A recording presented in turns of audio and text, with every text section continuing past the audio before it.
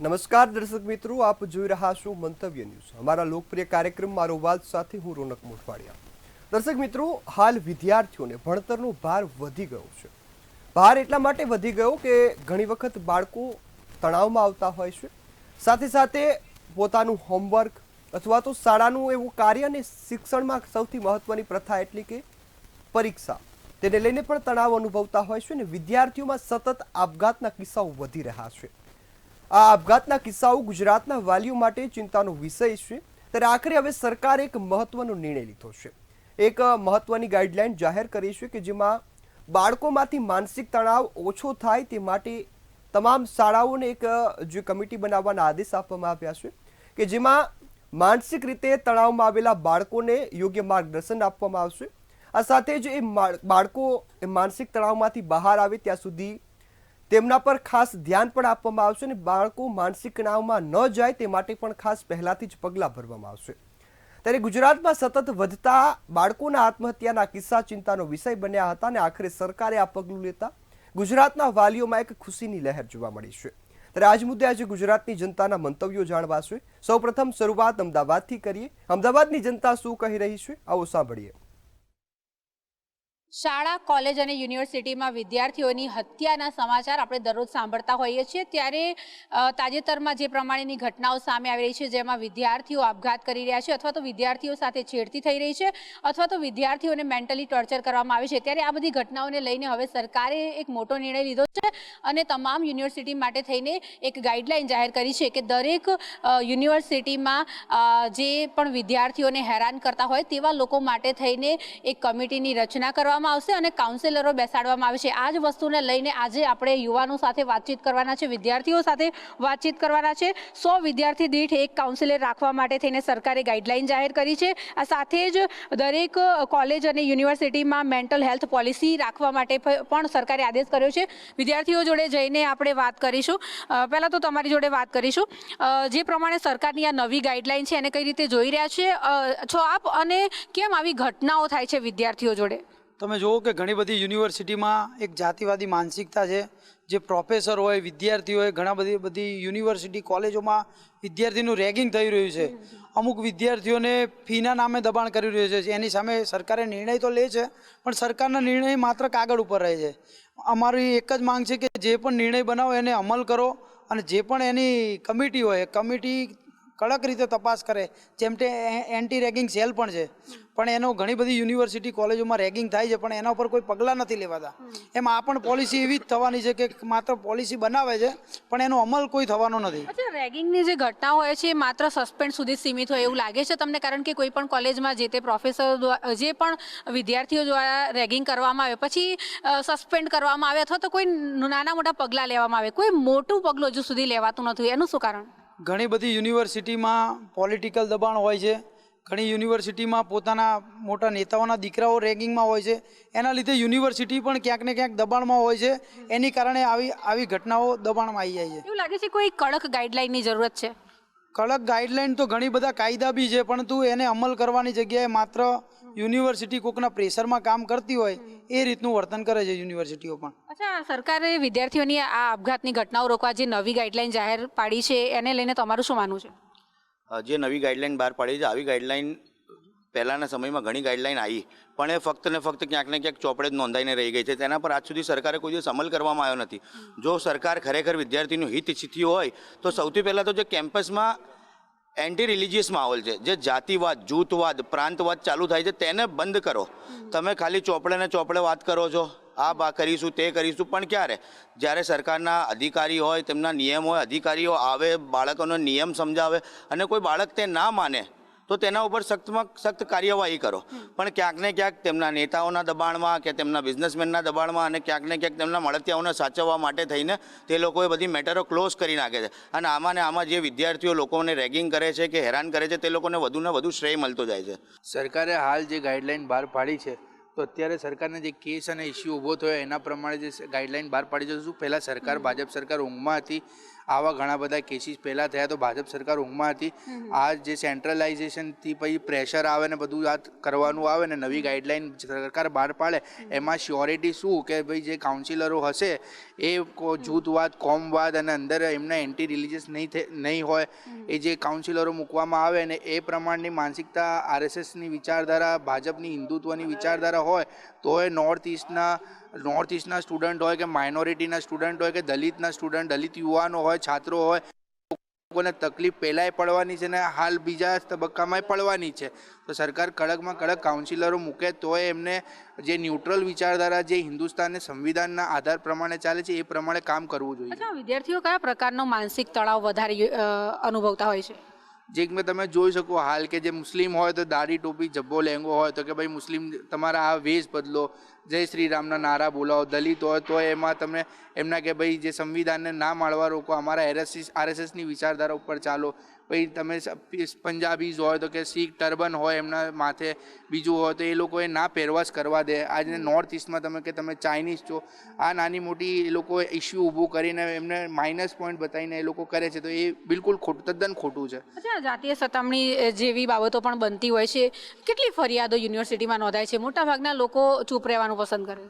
રોજે રોજ ફરિયાદો તો બનતી આવે છે પણ સરકાર શું એમાં ધ્યાન યુનિવર્સિટીઓ આપતી નથી. દબાઈને કેસ ક્લોઝ ડાઉન કરીને એમને સેમિસ્ટરમાં ઇન્ટરનલમાં કે એક્ઝામનું ઇસ્યુ લઈને એ લોકો દબાઈ દેશે કેસ.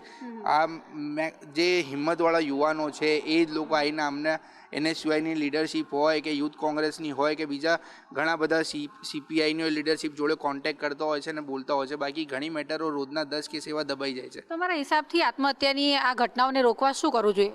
આત્મહત્યાની રોકવા માટે આજે સરકારે નવી ગાઈડલાઇન જે બહાર પાડી છે એ સરસ ગાઈડલાઇન છે, એમાં ના નથી. પણ શું છે કે એમાં એમને જે કાઉન્સિલરો અપોઇન્ટ કરવાના છે એ ન્યુટ્રલ વિચારધારા હોવા જોઈએ એવું અમારું માનવું છે. ચોક્કસથી તો વિદ્યાર્થીઓ સાથે આપણે વાતચીત કરી અને તેમણે પણ જણાવ્યું કે અત્યારે હાલ સરકાર દ્વારા જે નવી ગાઈડલાઇન બહાર પાડવામાં આવી છે એનાથી ચોક્કસપણે વિદ્યાર્થીઓને ફાયદો થશે. કેમેરા પર્સન કેતન શ્રીમાળી સાથે અનિતા પરમાર, મંતવ્ય ન્યૂઝ, અમદાવાદ. તો હવે આ જ મુદ્દે વડોદરાની જનતા શું કહી રહી છે, આવો સાંભળીએ.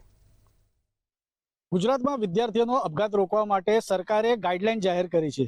જી બિલકુલથી ગુજરાતમાં વિદ્યાર્થીઓના અપઘાત રોકવા માટે સરકારની નવી ગાઈડલાઈન જે કડક છે તે જાહેર કરવામાં આવી છે. તમામ સ્કૂલ, કોલેજ, યુનિવર્સિટીમાં મેન્ટલ હેલ્થ પોલિસી ફરજિયાત થશે. પ્રતિ 100 વિદ્યાર્થીઓ દીઠ એક લાયક કાઉન્સિલર રાખવામાં આવશે. 100 થી ઓછા વિદ્યાર્થીઓ ત્યાં બ્રહ્મ કાઉન્સિલર સાથે રેફરલ વ્યવસ્થા ફરજિયાત કરવામાં આવી છે. પરીક્ષા અને શૈક્ષણિક દબાણ સમયે ખાસ કાઉન્સિલિંગની વ્યવસ્થા કરવામાં આવી છે. ખાનગી કોચિંગ સંસ્થાઓ વિદ્યાર્થીઓને અપમાનિત કરવાની પ્રથા પણ પ્રતિબંધિત કરવામાં આવી છે. સાથે માનસિક તણાવ વધારતી તમામ પ્રથાઓ બંધ કરવા સરકારનો સ્પષ્ટ આદેશ છે. આ જ મુદ્દે તમામ મહાનુભાવો વિશેષ ઉપસ્થિત છે અને આ મુદ્દે તે પોતાનું મંતવ્ય રજૂ કરશે. આપણી સાથે વરિષ્ઠ દાદા છે, તેમની સાથે વાત કરીશું. દાદા, કેવી રીતે જોવો છો આ જે કાઉન્સિલિંગ થયું છે જેમાં છોકરાઓ આજે નાસીપાસ થઈને જે નવરા પડે છે અને આપણે મૃત્યુ જાય છે, ગમે તે રીતે ગુજરી જાય છે, એની અંદર એક વસ્તુ હું મારી પોતાની કહું કે જે મારા ઘરની અંદર બની છે. મર્યું નથી ગયા પણ એક વસ્તુ, મારા દીકરાની દીકરી છે, આજે એને સાયકોલોજી કર્યું અને તરત જ એને જોબ મળી ગયો છે. તેમ છતાં પણ ત્યાં આગળ ગયા પછી કેટલીક વાતો થઈ એની ઉપરથી લાગે છે કે બાળકોને કેવી રીતે આગળ લેવા. હવે આ જ વસ્તુ જો ગણીએ તો ઘણી જ વસ્તુ છે કે જે આજે બાળકોને રમવા માટેની જગ્યા ક્યાં આગળ એ કરશે, શું કરશે એ? એટલે એક જ વસ્તુ બનવાની છે કે બાળકો ઘરે બેઠા બેઠા ખલાસ થવાના છે. બાળકો ઘરે બેઠા બેઠા ખલાસ થવાના છે. આપણી સાથે બીજા ભાઈ છે, તેમની સાથે વાત કરીશું. કેવી રીતે જોવો છો સરકાર હવે કડક ગાઈડલાઈન જાહેર કરી છે? આમાં બહુ આવકારદાયક નિર્ણય છે સરકારનો કે સ્ટુડન્ટ લાઈફમાં જે ભારણ છે ભણતરનું અને જેમાં આપઘાતના કિસ્સાઓ આજકાલ વધી રહ્યા છે, જેને કારણે સરકાર જે નિર્ણય લઈને આવી છે કે ભાઈ 100 સ્ટુડન્ટની ઉપર કોલેજ કે સ્કૂલમાં એક કાઉન્સિલર હોવો જોઈએ જે મેન્ટલ હેલ્થનું ચેકઅપ રાખે. પણ અમારું અંગત મંતવ્ય પણ એમ છે કે ભાઈ ભાર વગરનું ભણતર જે વર્ષોથી આપણે કહેતા આવ્યા છે, જેમ કરીને તમે ન્યુઝીલેન્ડની સ્કૂલ સંસ્થાઓ જુઓ તો ત્યાં આગળ 10મા ધોરણ સુધી કોઈ પણ માર્ક ઓરિએન્ટેડ માર્કશીટ વાળી એક્ઝામિનેશન હોતી નથી. ત્યાં આગળ ગ્રેડ વાઇઝ બધાને એક સરખું જ ભણવાનું આવે, કોઈને અપ નહીં, કોઈને ડાઉન નહીં, અને 10મા ધોરણ સુધી કોઈ એક્ઝામ હોતી જ નથી, અને એના પછી સીધા એ લોકો કોલેજમાં આવી જાય. આ છે ન્યુઝીલેન્ડની શિક્ષણ પ્રથા. તો આપણે ત્યાં બી જ્યારે બોર્ડ એટલે બોર્ડનો બી એક હાવ છે કે ભાઈ 10મું ધોરણ આવ્યું, 12મું ધોરણ આવ્યું, અને એમાં એક સ્ટુડન્ટ સાથે પરિવારનો બી હાવ ઊભો થઈ જાય છે. એમાંય ઘણા અપઘાત થાય છે નાની ઉંમરમાં, કે લોકો ટેન્શનમાં આવી જાય કે આ શું છે, બોર્ડ એટલે શું, બી સ્કૂલમાં એક્ઝામ આપવા જવાનું. એટલે આ બધા હાવ ખતમ કરવાને લાયક છે. અને આપણી જે શિક્ષણ પ્રથા છે કે ભાઈ શિક્ષણ નીતિ છે, એમાં જરૂરથી આપણે સુધારો લાવવો જોઈએ. ભાર વગરનું શિક્ષણ, કે જેથી કરીને કોઈ પણ સ્ટુડન્ટ ભાર ના અનુભવે, કે ફેમિલીનું પ્રેશર ના અનુભવે, કે પ્રાઇવેટ ક્લાસીસમાં જતા હોય કે સ્કૂલ સંસ્થામાં હોય ત્યાંનું પ્રેશર ના અનુભવે, અને એક છૂટા મગજથી એક્ઝામિનેશન આપે અને એક ગ્રેડથી આગળ વધે, જીવનમાં સૌ સારી રીતે સફળ થાય. જીવનમાં સારી રીતે સફળ થાય. અગાઉની આપણે વાત કરીએ કે જે પ્રમાણે જે પ્રથા હતી કે આશ્રમ પ્રથા, આપણે જેની વાત કરીએ તો આટલી બધી હતી ત્યારે કોઈ પણ પ્રકારનું ડિપ્રેશન કે ત્યારે એવું નજરે જોવા નહોતું મળતું. પહેલાની જે એન્શન્ટ ની આપણે વાત કરીએ, ધીરે ધીરે જે પ્રમાણે આપણે આધુનિક યુગ તરફ આવ્યા ત્યારે આ તમામ વસ્તુઓ જે સામે આવી છે. હવે સરકારે ગંભીરતા લીધેલી છે કે વિદ્યાર્થીઓનો જે અપઘાત થઈ રહ્યો તેને લઈને કડક ગાઈડલાઈન જાહેર કરી. આપ કેવી રીતે જોયું? તમે બહુ સાચી વાત કરી. અને હમણાં મારી થોડીક જાણકારી, કારણ કે હું શિક્ષણની પ્રવૃત્તિઓ સાથે જોડાયેલો છું, એટલે સતત હું એને જાણવા પ્રયત્ન કરતો હોઉં છું કે કઈ રીતે સરકાર અને શિક્ષણની પ્રવૃત્તિઓ થઈ રહી છે અને કેવી રીતે એને ઇમ્પ્રૂવ થઈ શકે. તો મેં એમાં ખાસ નોંધ્યું કે જે જૂની પદ્ધતિ, જેમ કે અમે લોકો ભણ્યા ત્યારે ખૂબ જ સ્ટ્રેસ અને પ્રેશરથી ભણતા હતા, અને માર્ક્સ ઓરિએન્ટેડ આખી સિસ્ટમ હતી, કે જેના લીધે ઘણા બધા એવા છોકરાઓ અમારી સાથે જોયા હતા કે જે લોકો ડિપ્રેશનમાં આવી જતા હોય હતા. અને આવા સંજોગોની, અને આજે પણ એવું થતું આવ્યું છે કે જ્યારે પણ માર્ક્સ નથી આવતા ત્યારે એમની પાસે વિચારવા માટે કોઈ ઓપ્શન નથી, કારણ કે એમણે એક જ તરફ ફોકસ કર્યું છે કે ભાઈ મારા માર્ક આવે અને હું આમ કરી દઈશ અથવા પેલું કરી દઈશ. પણ હવેનો જે જમાનો આવ્યો છે એમાં જે સરકારે શ્રીએ જે નિર્ણય લીધો છે કે કાઉન્સેલર હોવા જોઈએ અને છોકરાઓને ગાઈડ કરે, પણ તેની સાથે સાથે જેમ વાત થઈ કે આપણે શિક્ષણની જે પદ્ધતિ છે એને પણ આપણે બદલીએ. તો હમણાં મેં લેટેસ્ટ થોડીક જાણકારી મેળવી હતી, એમાં એવું જાણ્યું કે પ્રવૃત્તિલક્ષી શિક્ષણ હવે ઇન્ટ્રોડ્યુસ થવાનું છે, અને છોકરાઓ પાસે પ્રવૃત્તિલક્ષી પ્રવૃત્તિ કરાવવામાં આવશે, જેના લીધે હું એવી અપેક્ષા રાખું છું કે કદાચ છોકરાઓમાં ભાર ઓછો થશે. પણ તેમ છતાં પણ આપણે કાઉન્સેલરની જરૂર પડવાની છે, અને સતત છોકરાઓ સાથે કાઉન્સેલર કનેક્ટેડ રહે તો જ છોકરાઓને અપગ્રેડ કરી શકે, અપડેટ કરી શકે, એમના માઇન્ડને જે કંઈ પ્રશ્નો છે એને હલ કરવામાં મદદ કરી શકે. Thank you. હેલ્પ કરી શકાય, છોકરાઓને મદદ થઈ શકે. શું માનો છો કે જે પ્રમાણે આ વ્યવસ્થા અત્યારે સરકાર દ્વારા નિયમો લઈ આવવામાં આવ્યા, ગાઈડલાઈન જે જાહેર કરવામાં આવી છે, ડિપ્રેશનની ખાસ કરીને વાત કરતા હોઈએ, આધુનિક યુગમાં તમે માનો છો કે જે મોબાઈલને જે પ્રવૃત્તિઓ હવે આવી છે તેના કારણે આ ઘટનાઓ બનવા પામી છે? સૌથી પહેલાં તો હું આ વિશે એવી રીતના ટિપ્પણી આપીશ મારી, કેમ કે હું પોતે એક પેરેન્ટ છું, અને મારું જે પેરેન્ટિંગ છે એ મારી ડોટર છે, અને એ જેનઝી છે. તો આજે હવે જેન આલ્ફા અને જેન આલ્ફા બીટા ને બધું ચાલે છે, અને આપણે લોકો મિલેનિયમ છે. ઓકે, સો આ મારી પ્રવૃત્તિની અંદર, મારી ટિપ્પણીની અંદર મારે એવું રજૂઆત કરવી છે કે જે પણ અત્યારે જે ગાઈડલાઈન આવી છે અને જે પણ શિક્ષણ નીતિ જે પણ વસ્તુ થઈ રહી છે એ ગાઈડલાઈનને હું આવકારી રહ્યો છું. કાઉન્સિલર હોવું જરૂરી છે, કેમ કે એ કાઉન્સિલર એમના કદાચ ફ્રેન્ડ બની શકશે, એ લોકોને વાતચીત કરવામાં મદદરૂપ થઈ શકશે, એક કોન્સોલેશન આપી શકશે. કેમ કે શરૂઆત તમારા ડિપ્રેશન આવવાનું કારણ એ છે કે કોઈને લાગતી મળતી હૂંફ નથી મળતી. જો એક લાગણીશીલ, બધા જ બાળકો લાગણીશીલ હોય છે, ત્યારે તો નાનપણથી લઈને આપણે એને બેટા બેટા બેટી બેટી કરીને ઉછેરતા હોઈએ છીએ. હવે ખાલી એટલું જ કહેવું છે કે એ લાગણીશીલ વ્યક્તિઓ જે આપણા કિડ્સ છે, જે આવી કોઈક રીતે ડિપ્રેશન કે કોઈક એવા પિયર પ્રેશરમાં આવીને, ચાહે પિયર પ્રેશર ભણતરનું હોય, કાં તો કોઈક જાતની કોઈક ફ્રેન્ડ સર્કલમાંથી આવેલું હોય કે ક્યાંથી પણ આવેલું હોય, એને વાત કરો, એકબીજા જોડે કમ્યુનિકેટ કરે. આવા દો કાઉન્સિલરને ફ્રેન્ડ બનવા દો.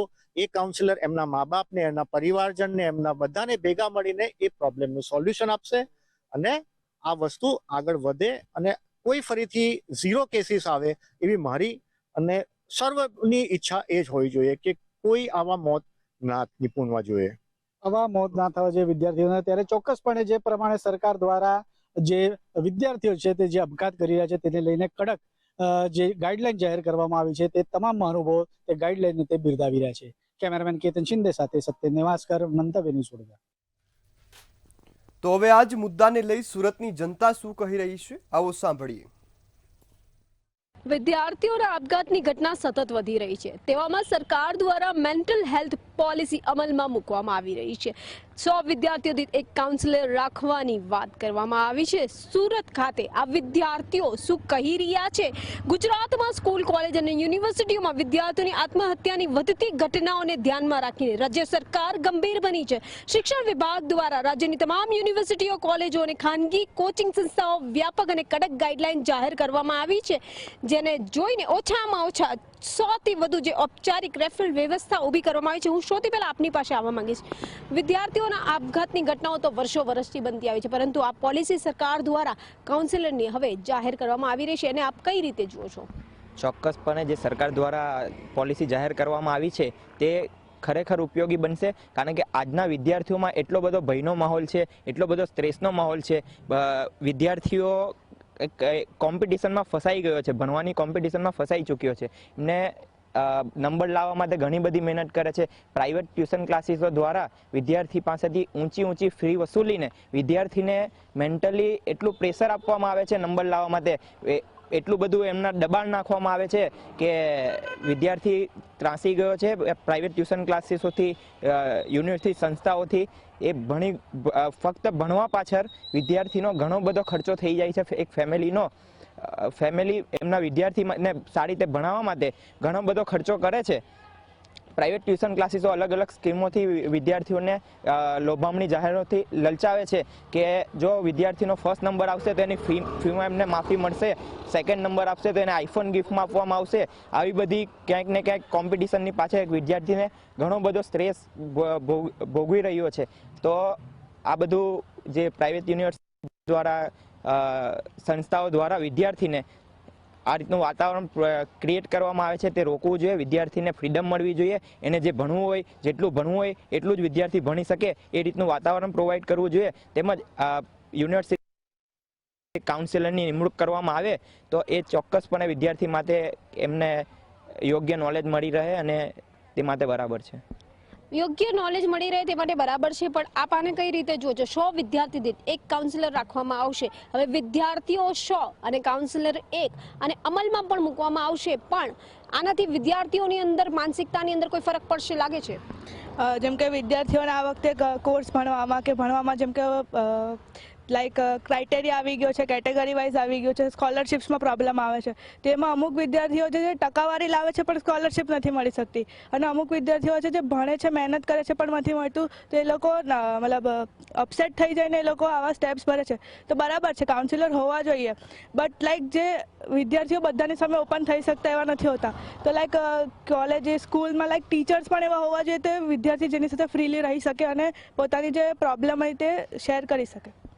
માત્ર કાઉન્સિલર નહીં પણ શિક્ષકો પણ આવી ક્યાંક કારકિર્દી ધરાવે એ પણ યોગ્ય છે. આપ શું માનો છો?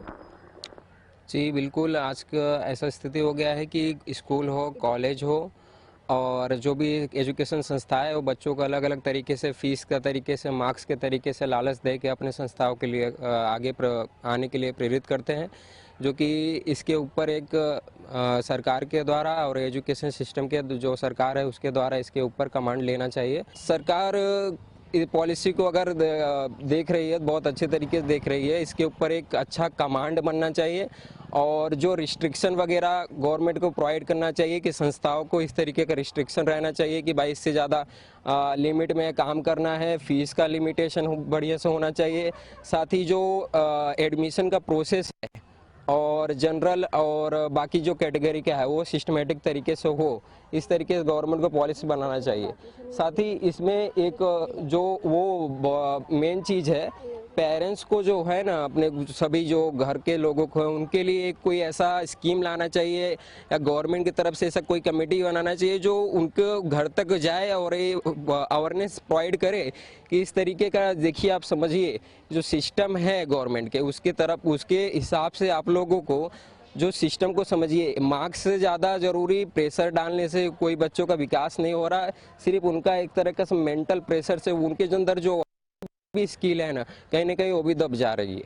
इसके ऊपर गवर्नमेंट को भी एक कमेटी बनाना चाहिए, एक अवेयरनेस का एक सिस्टमेटिक प्रोग्राम चलाना चाहिए गुजरात भर में, पूरे भारत भर में, जो पेरेंट्स को ही साथ ही बच्चों को ही प्रेरित करे कि भाई जो आपको इंटरेस्ट है, जो फील्ड में हो, मेडिकल के लिए अच्छे हो आप, कोई मीडिया के सेक्टर में अच्छे हो, वकालत के सेक्टर में अच्छे हो, तो उसके लिए उनको प्रेरित करे, आगे बढ़ाए। उनको इंटरेस्ट के हिसाब से काम किया जाएगा तो उनके इंटरेस्ट भी रहेगा, तो उनको कॉन्फिडेंस भी रहेगा काम करने के लिए, और उस तरह से आप अपने काम को ध्यान देंगे।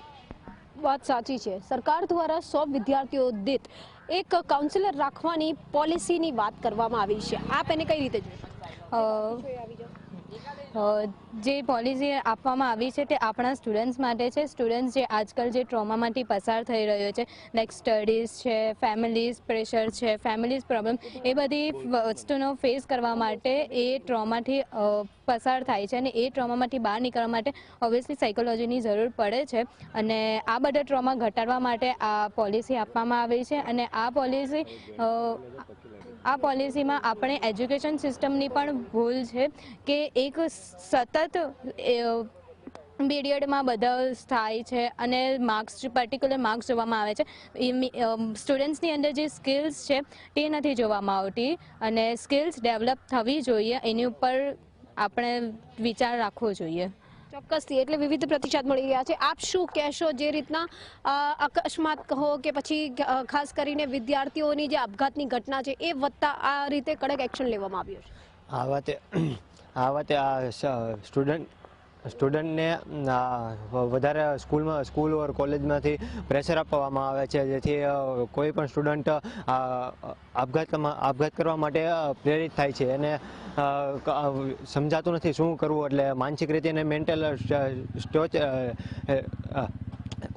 સ્ટ્રેચર કરવામાં આવે છે, અને બસ માનસિક રીતે ટોર્ચર કરવામાં આવે છે, જેને લઈને ક્યાંક વિદ્યાર્થીઓ આપઘાત તરફ પ્રેરિત થાય છે. અને આ આપઘાત તરફ તેઓ પ્રેરિત ના થાય એ માટે કાઉન્સિલરની વાત કરવામાં આવી રહી છે. વધુ કરીને કોલેજ અને સ્કૂલોની અંદર ક્યાંક કડક વલણ હોય છે.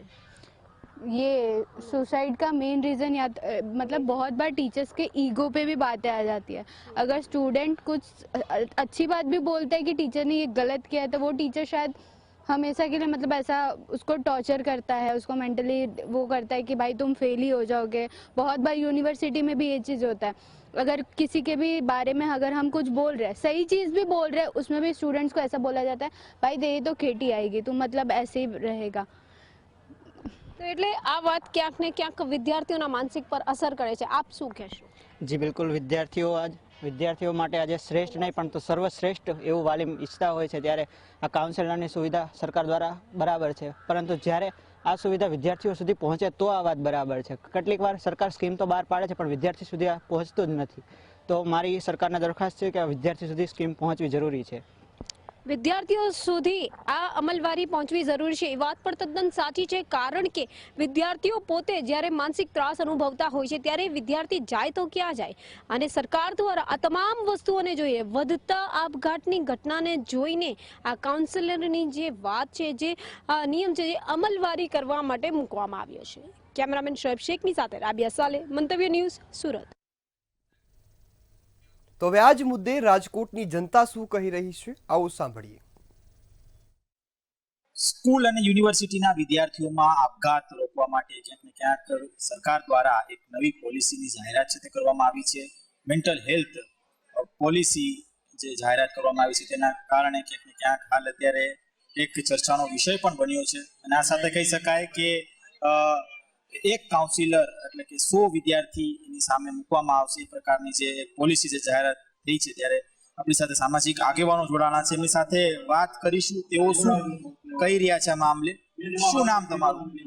હુસૈન બદાણી મારું નામ છે. આચાર્ય મારુતિ મધરલેન્ડ સ્કૂલમાં આચાર્યની ભૂમિકા ભજવું છું. આ જે બાબત જે કરેલી છે સરકારે, એને હું સંપૂર્ણ સમર્થન આપું છું.